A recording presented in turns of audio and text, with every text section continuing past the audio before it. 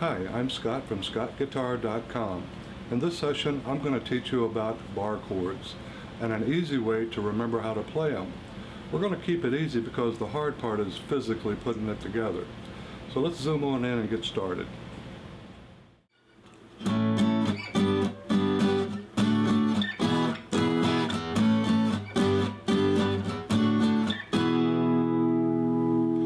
Okay, here we are. I'm going to teach you how to play bar chords. I want you to remember, initially there's 4 shapes that you need to be aware of. Here's shape number 1. I want you to look at these 3 fingers. What chord does that look like to you? Forget the first finger. Looks like an E chord, doesn't it? Well, you can verify that by taking that shape and sliding it all the way down. That's an E. So if I bring that up here to the 3rd fret, the note under the tip of my index finger tells me what key I'm actually playing. Okay, that's a G chord. So why did I say E shape? Well, this is known as an E-shaped bar chord. Okay, an E-shaped bar chord, the tip of this finger is on the E string, telling you what chord you're playing. That's a G note, that's a G bar chord. What is a bar chord? A bar chord really is just once you move away from the first couple of frets, the first finger is replacing the nut on your guitar. If you could change a capo quick enough, you could do that, but I doubt you'll get there. This is an E-shaped bar chord. I'm playing a G, that's a G note. Now how about if I lift my 2nd finger? What chord do these 2 fingers look like? That's an E minor shape, isn't it?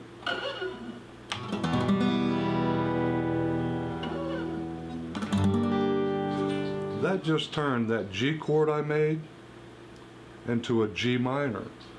E minor shape, major shape.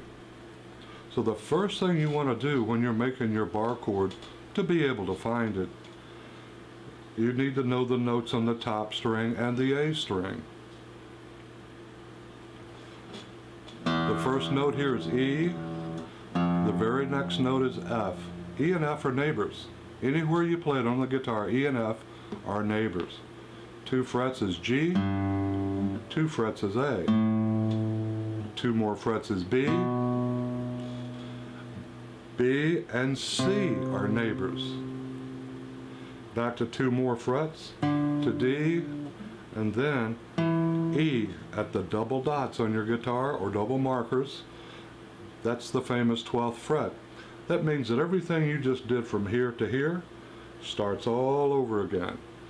So if you're on the E string at the 12th fret, that should be an E note.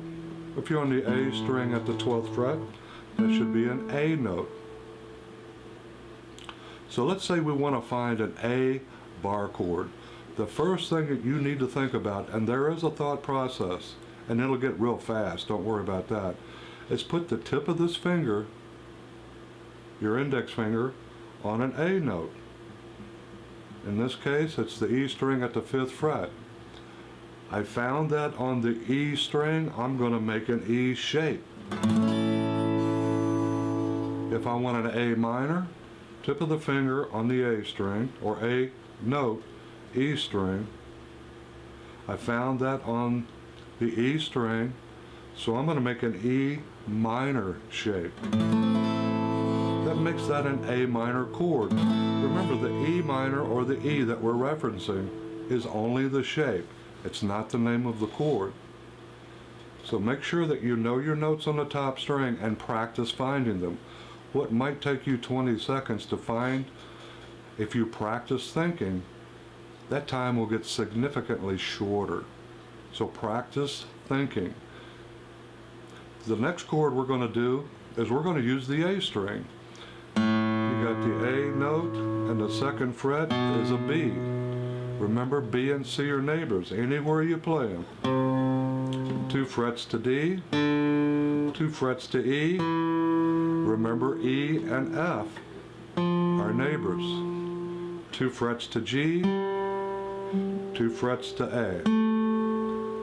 So remember, there's no note or chord higher than a G. When you get to a G, E, F, G, the alphabet starts over at A. So now we're going to find and play this chord.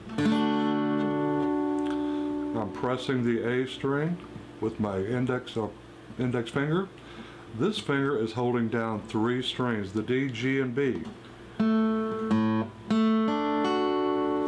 you notice my knuckle is up in the air. The reason being is that I'm using the pad to play 3 strings on the guitar. The pad is softer than the point. So you need to practice just these strings. If you lift it up too high, you're going to lift it off the B string. And then you reach up for the A string. What chord does that look like? Well, if you're a beginner, it may not look that familiar to you because this is an A chord. In the beginning, you probably learned an A this way.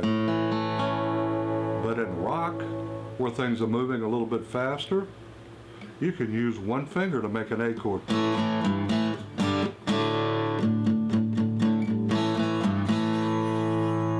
So this is known as a rock A. We don't care about the high string. So if I wanted to find a D chord based on the A shape, remember the thought process. Put the tip of your index finger on a D note. A, B, C, D. I found that on the A string, so that means I'm going to make an A shape. Remember, that's the shape. The name of the chord is under the tip of your index finger.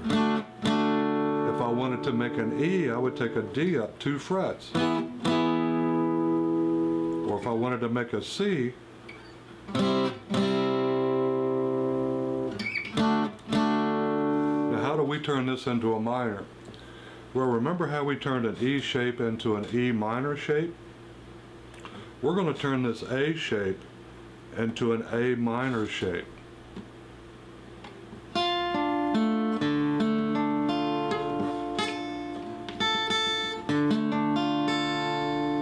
You want to verify that? Just slide it all the way down. And then you can take that shape and move it where you want it. So I've taken a D major chord, and by turning that A shape into an A minor shape, I've just made that a D minor. So if I want a C minor, I go back 2 frets, there's my root note, found it on the A string, I'm going to make a minor shape. D minor, E minor. So remember, the thought process is put the index finger tip on the root note of the chord you're looking for. If you want a G, put the tip on a G note.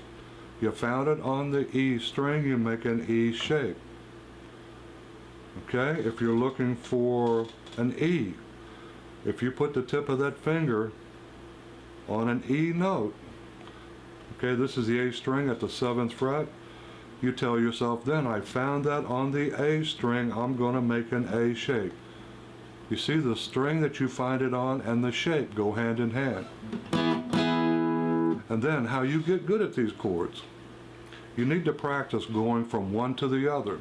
What I would recommend is start here at A and then go right under it to a D. Take that shape and slide it back 2 frets to a C. Take that shape and go to the E shape. That's a G. Now you're taking that shape and sliding it up to an A. So look at the practice you're getting here. You're going from an E shape to an A shape. Now you're going to hold this shape and slide it 2 frets. Now you're going to come from this shape and go to an E shape. Now you're going to practice holding this shape and sliding it up. There's a lot going on there.